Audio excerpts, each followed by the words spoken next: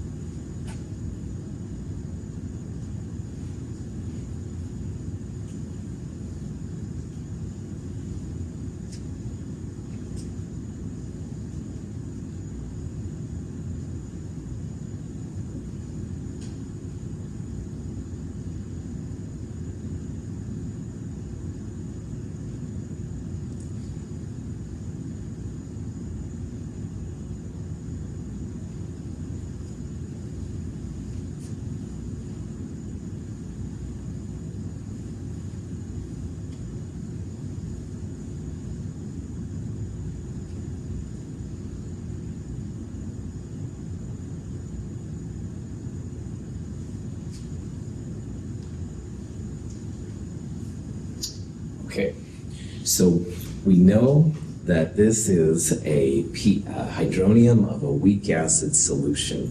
And like I said earlier, there's several ways to do it. First of all, K's less than 1 are reactant favored. And that's really what a weak acid is. It's a reactant favored acid. So it doesn't give a lot of hydronium, which is the product. And this one is very reactant favored, very, very small K, so it's not going to give a lot of acid.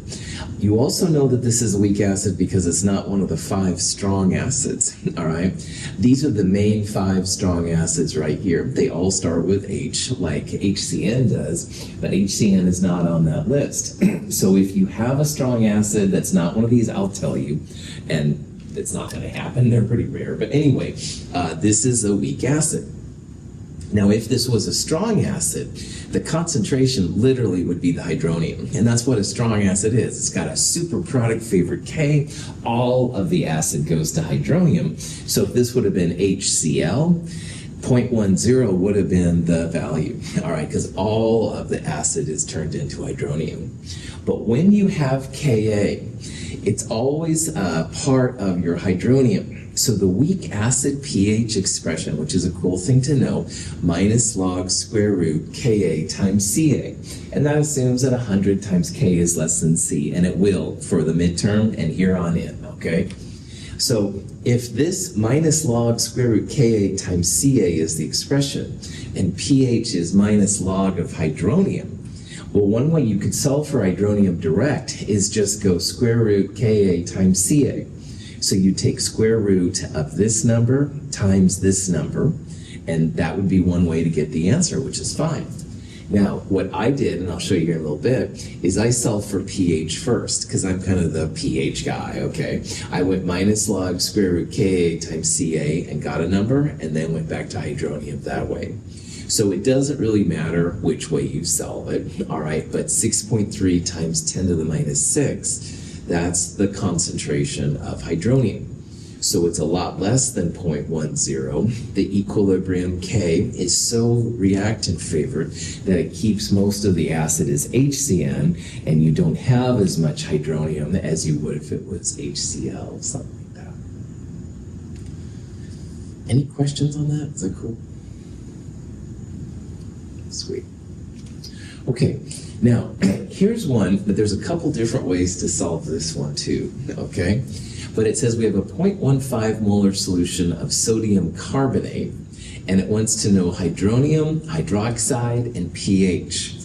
And you can do this math-wise, but you can also, if you think about it, use your knowledge of pH, hydronium, and hydroxide to actually solve it without doing any math. So see if you can figure this out. We'll talk about it here in a little bit. I'll talk about both ways to do it. See what you can do.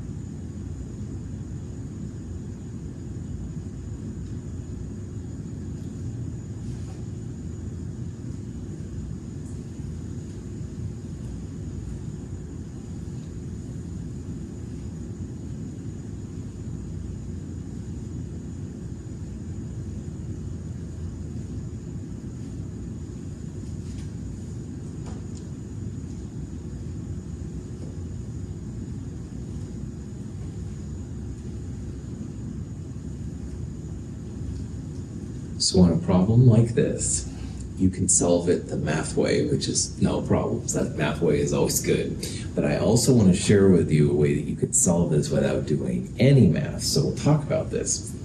So first of all, let's see what we've got here. We've got carbonate and sodium carbonate. Sodium, pH boring. All the conjugates of the acids and the bases don't affect pH. Sodium is the conjugate of sodium hydroxide, so sodium we don't care about this problem at all. But carbonate has a Kb, and B stands for base.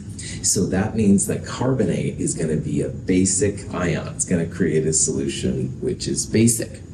Now, if you have a basic solution, all right, will your pH should be greater than 7 or less than 7? Greater. Nice job. If you look at these pH values, you've got 2 that are greater than 7 and 2 that are less than 7. And with a base, especially a relatively high Kb, it's not going to have an acidic pH, all right? So answers A and D are out, all right, because those are acidic pHs. If we would have had a Ka instead of a Kb, that would have been maybe reasonable. But with a Kb, you just about have to have a pH greater than 7. So I'm gonna kick out A and D and only think about B and C. The next thing, though, you can do is notice how the values are flipped, all right? And hydroxide times hydronium should equal Kw, and I'm pretty sure they do here. But if you have a base, that means you have more hydroxide and not as much hydronium. So the actual number of hydroxide should be bigger than the hydronium. And even though these numbers are less than 1, you can see that 10 to the minus 3 is a bigger number than 10 to the minus 12. And down here it's flipped, like here you have a bigger hydronium than you have a base. You couldn't have these numbers with a pH of 11.75. This is, if you have more hydronium than hydroxide, that's what it means to be acid. So these combinations would give you an acidic pH, not a basic pH like we have here. So hand-waving version of this problem would predict B. You've got a base, because it's a Kb. Bases mean bigger numbers for hydroxide than hydronium, and that's the only combination that works in this case. Now, you don't like my hand-waving waves, which is totally fine. What you can also do is, what I would probably do, is use the weak base expression to solve for pH. So pH equals 14 plus log square root Kb times Cb. 100 times K is less than C, so we're good there. So you'd solve for the pH first, and then 10 raised to the power of minus pH would give you hydronium, this number probably, and then Kw divided by hydronium would give you hydroxide. And that's an awesome way to do this problem too, definitely. But either way, if you got answer B, you are good to go. So again, here's the math version. 14 plus log square root Kb times Cb gives you 11.75. Then 10 to the power of minus pH gives you hydronium. And then Kw divided by the hydronium value gives you hydroxide. So either way you do it, it's fantastic. It just gives you another tool in your arsenal if you think about what pH means, what it means to have an acid over a base. So again, pH is greater than 7 are basic, less than 7 are acidic.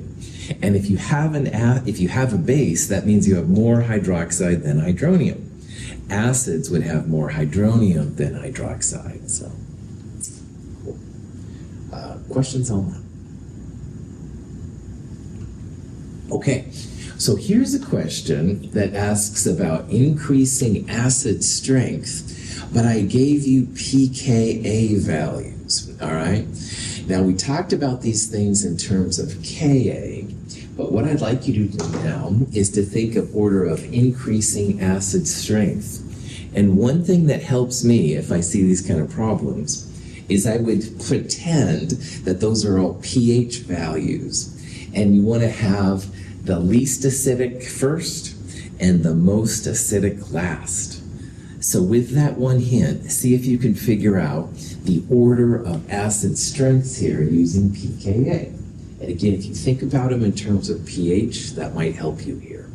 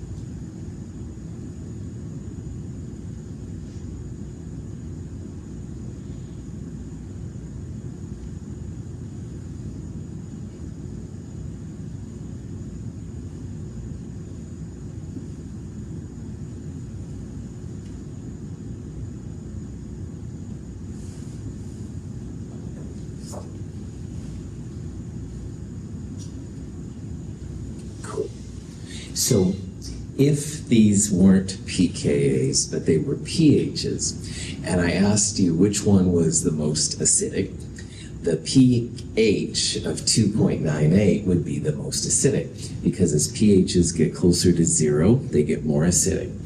As you get further from 0, the least acidic would be this one right here, because 8.06 would be more of even a basic pH if it was basic.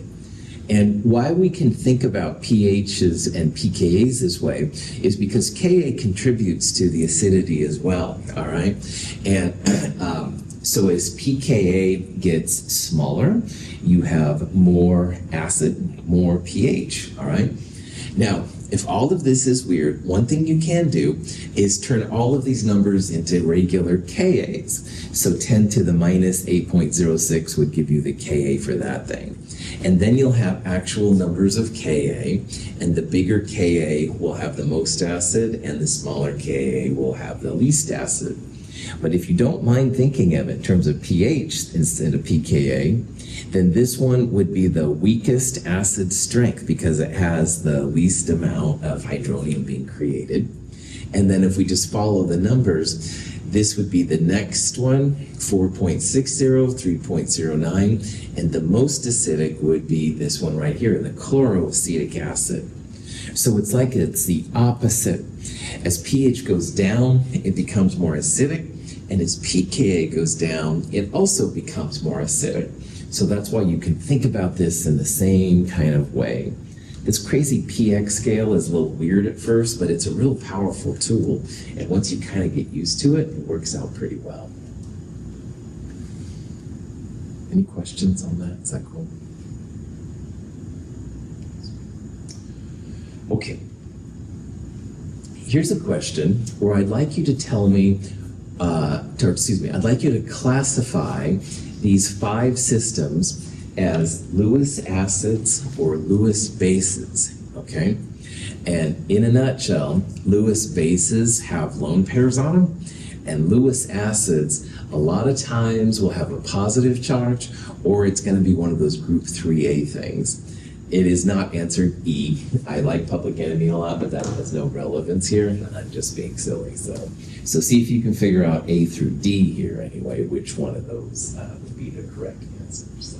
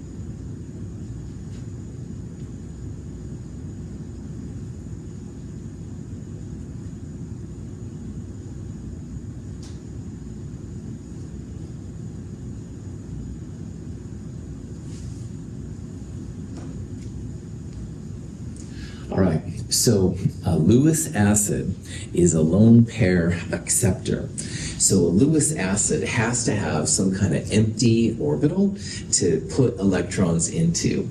And Lewis acids, like we talked about, are often group 3A twisted metals. Boron is great for it, aluminum, gallium, indium. Anything in group 3A is a possible Lewis acid. The hydrogen ion itself is a Lewis acid. But more importantly, all the transition metals, lanthanides and actinides, are a little bit acidic. And so that would be chromium here, all right? So if you see something with a transition metal, iron, chromium, nickel, cobalt, copper, whatever, they're all a little tiny bit acidic. Hint, hint, hint. So the acids here would be BH3, aluminum 3+, and chromium 3+. Now, a Lewis base is the source of the electrons. It's a electron pair donator. So you have to have at least one lone pair to make a Lewis base. And ammonia, if you draw the Lewis structure, ammonia has a lone pair on the nitrogen. So most nitrogen compounds are great Lewis bases, unless it's like NH4+, where all the electrons are being used up.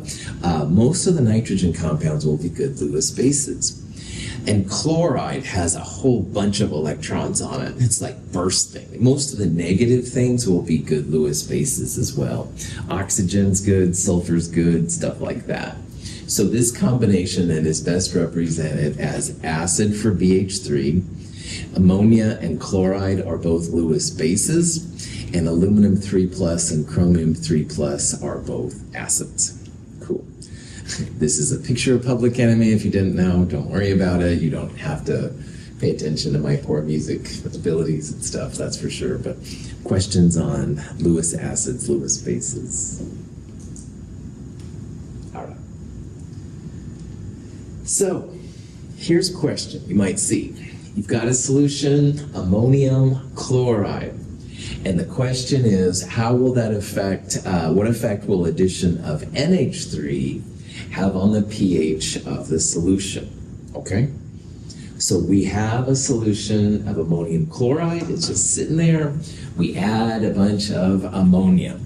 So what will ammonia do to the system? think about that question, and we'll talk about it here in a little bit.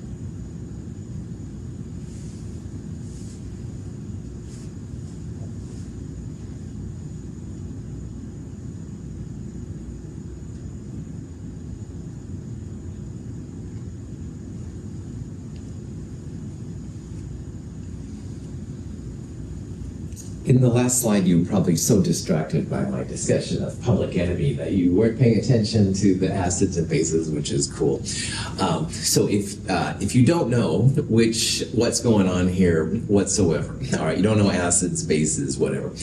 One thing you can do, and this is something I've done too because I don't know everything, I promise. I look for conjugates. All right, and a conjugate is two different species that are related by an H+. And you may not know what ammonia or ammonium chloride is. The chloride goes away. Chloride's the conjugate of a strong acid. We don't care. But ammonia and ammonium have an effect. And if you have conjugates, and ammonium and ammonia are related by an H+, okay, so they're conjugates. The one with more hydrogens is going to be the acid. So ammonium is the acid, and ammonia is going to be a base. So because ammonium is an acid, you can write a Ka expression if you want, which is the acid plus water. Hydronium is what you need if it's an acid, so that's going to be a product. The H+ is pushed over to water, so ammonia is the conjugate base of the system. All right? So you don't know what's an acid, what's a base, but you see two species that are super similar. One has more hydrogens, one has less hydrogens. More hydrogens is the acid, and less hydrogens is going to be the base. Hint, hint, hint. All right. So in this question, you've got some ammonium chloride just hanging out, and you're adding a bunch of ammonia. All right. Well, ammonia, like we said, is a base, and bases make your pH go up. So definitely the ammonia is going to make it go up. Your pH is going to increase. It might be 0.000001 pH units. We don't know that kind of stuff. There's no information about that, but it will make the pH go up. If you have the Ka expression, you can see what's going on by Le Chatelier's principle. Because you start adding a product, ammonia, reaction's going to shift to the left to make more ammonium. In the process, though, the hydronium's going to also go away. And as hydronium goes down, hydroxide goes up. More hydroxide means more base, so your pH will get bigger. Any questions on that? Yeah. Could you also say that because we're adding more NH3, that shifts it to the left, producing more NH4, that'll make Ka smaller? And so smaller Ka would mean that the pH will be higher because there's less acid? I like the way you said it, but you didn't have all the details. So let me, with my anal retentive chemistry hat, talk about what you just said, okay? You're seeing the big picture, all right? Technically, K doesn't change though, Kevin, unless you change the temperature, all right? So the K value, if you change the temperature, it'll go up and down, and then everything you said would be absolutely right. But we're not changing the temperature here, at least it doesn't say that we are. So instead of changing K, by making everything go to the left, which I like what you said there, you're lowering hydronium. And I didn't write this up here, but hydronium times hydroxide always equals Kw, which also doesn't change. So if hydronium goes down, hydroxide goes up, which leads to the increased pH and stuff. That would be the only side thing I would say to your note. But you're seeing the big picture, man. And my apologies for being technical, stupid chemists. So cool. Questions? Other questions? All right. Ammonium chloride. Same thing. Got ammonium chloride. This time we're adding sodium chloride to the mix. See if you can figure out what the effect will be on the pH. And remember, strong acids and strong base list here might help you on this one a little bit. We'll talk about it here in a second.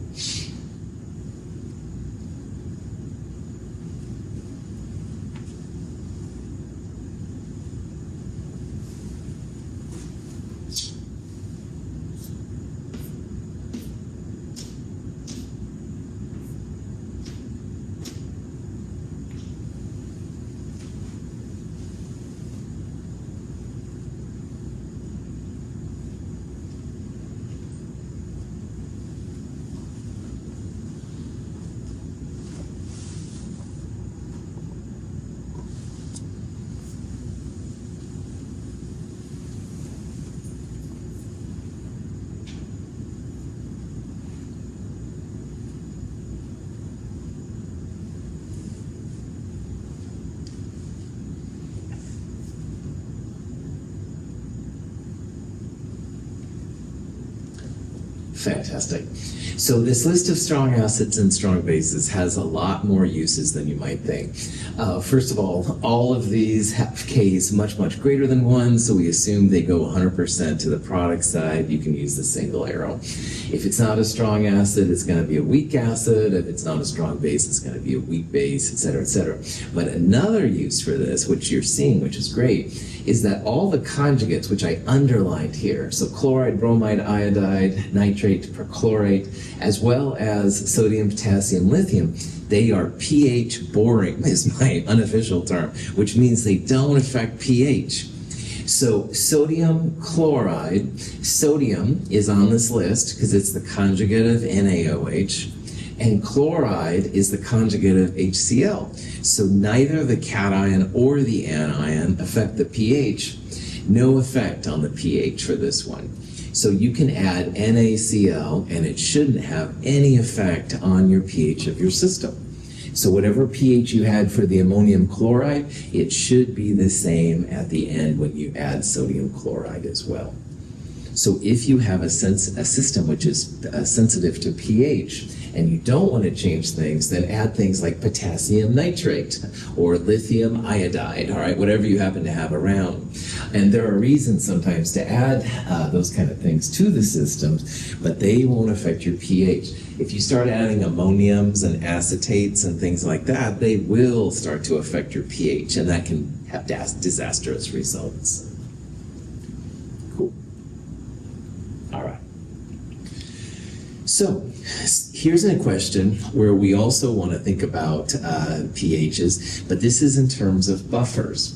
And buffers have special requirements. So when you make a buffer, you have to have a certain combination, and one of those combinations up there would be a good choice for a buffer. So see if you can figure out which of those would be the best choice for a buffer.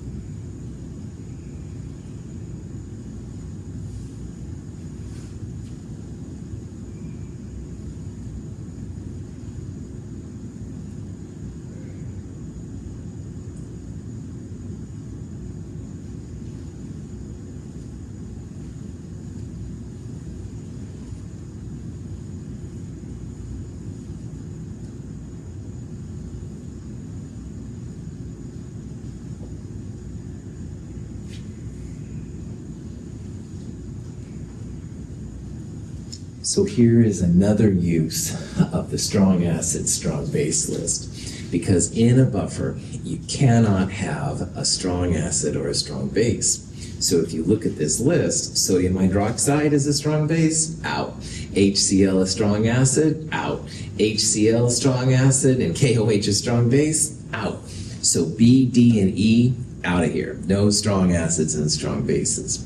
What you need for a buffer is you need a weak acid with its conjugate base, or a weak base with its conjugate acid.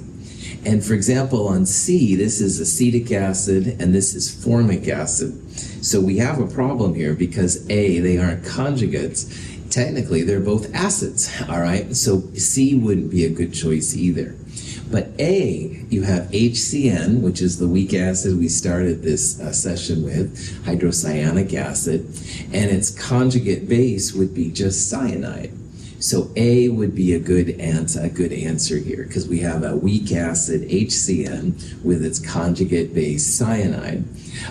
Again, no strong acids and strong bases in buffers. They will weaken the buffer. They won't make it stronger.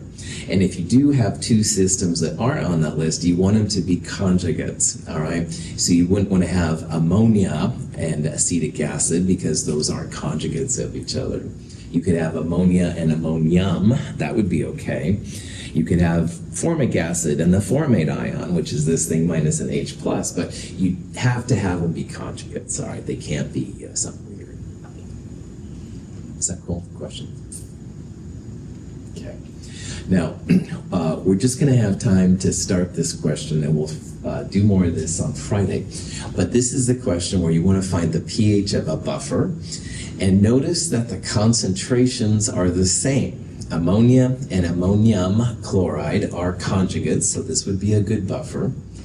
I would absolutely use the Henderson-Hasselbalch equation for this problem. pH equals pKa plus log base over acid. And since the concentrations are the same, you're going to have log of 1. See if you can figure out which one of those it's going to be.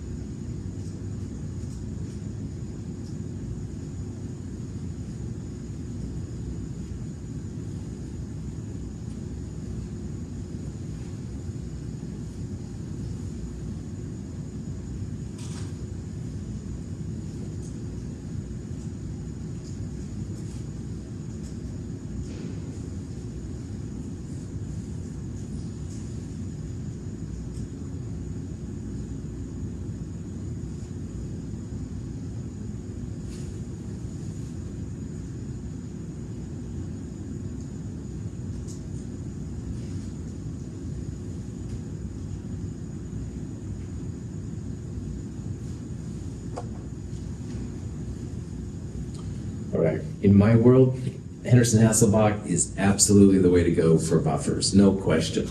pH equals pK plus log base over acid.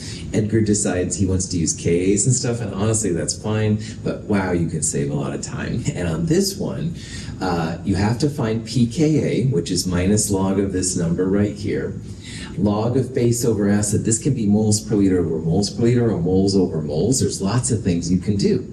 So base, this number, divided by acid, this number, log 0.20 divided by 0.20 is log of 1.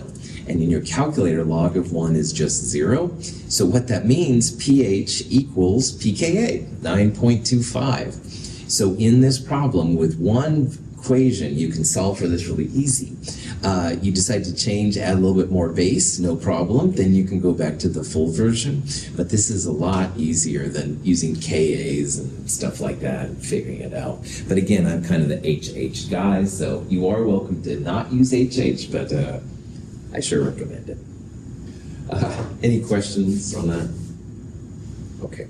We will start with this question on Monday because it's kind of a beginning of several different questions that are kind of connected. I sure appreciate you being here. Have a great weekend.